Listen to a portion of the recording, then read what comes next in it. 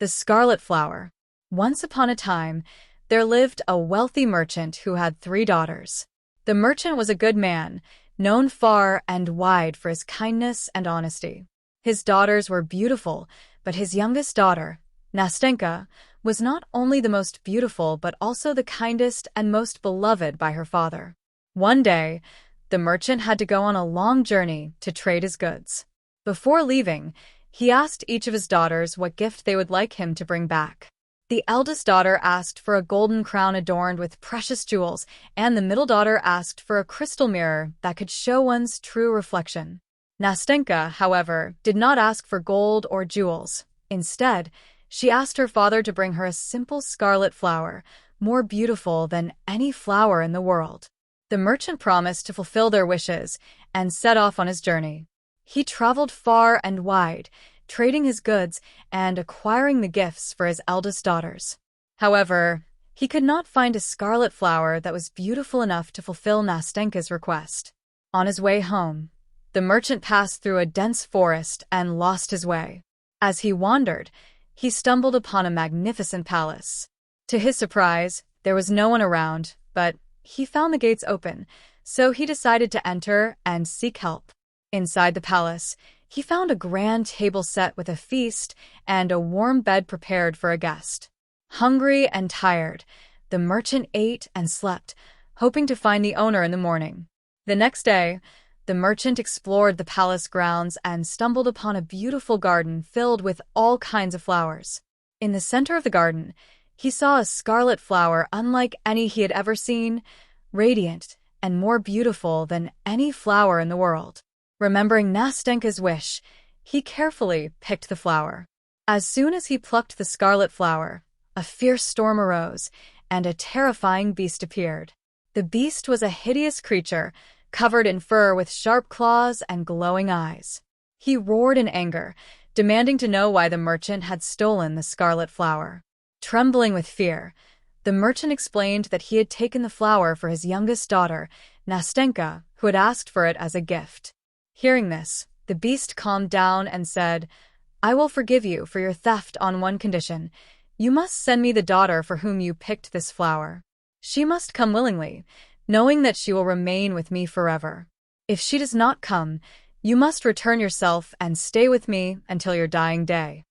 The merchant, heartbroken, returned home with the gifts and told his daughters of his encounter with the beast. Nastenka, upon hearing her father's tale, decided to go to the beast to save her father. Despite her sister's protests and her father's tears, she insisted, saying, "I will go, father. I asked for the scarlet flower, and I will not let you suffer because of me." With a heavy heart, the merchant took Nastenka back to the palace. When they arrived, the gates opened, and they were greeted by unseen servants.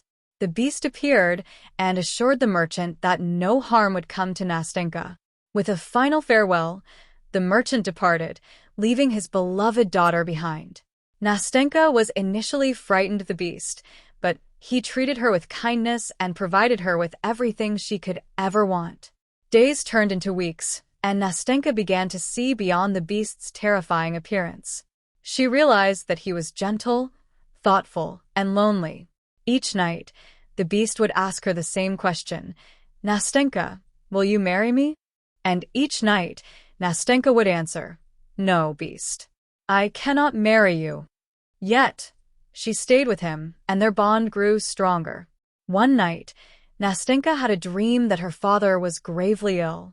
She begged the beast to let her return home to see her father. The beast agreed, but made her promise to return in 3 days. He gave her a magical ring, telling her that when she wished to return, she needed only to turn the ring on her finger. Nastenka returned home, and her father was overjoyed to see her. Her sisters, however, were envious of her fine clothes and her newfound beauty. They devised a plan to keep her from returning to the beast. They pretended to be so sad at the thought of losing her again that Nastenka, moved by their false tears, stayed longer than the promised 3 days. On the 4th night, Nastenka had a terrible dream. She saw the beast lying in the garden, dying. She realized that her delay had caused him great pain. Filled with remorse, She turned the ring on her finger and wished herself back to the palace. She arrived just in time to find the beast lying in the garden, as she had seen in her dream. Tears streamed down her face as she fell to her knees beside him. "Oh, beast," she cried, "please don't die. I am here now. I love you. I will marry you." As soon as she spoke these words, the scarlet flower in her hand began to glow, and a magical transformation took place. The beast disappeared, and in his place stood a handsome prince. The prince explained that he had been cursed by a wicked sorceress to live as a beast until someone loved him despite his monstrous appearance. Nastenka's love had broken the curse. With joy and gratitude, the prince and Nastenka returned to her father's home to share the news. The merchant was overjoyed to see his daughter happy and safe, and her sisters, who had plotted against her, were humbled by her kindness and love. And so, Nastenka and the prince were married and lived happily ever after, surrounded by the beauty of the scarlet flower, a symbol of their love that bloomed forever in their garden.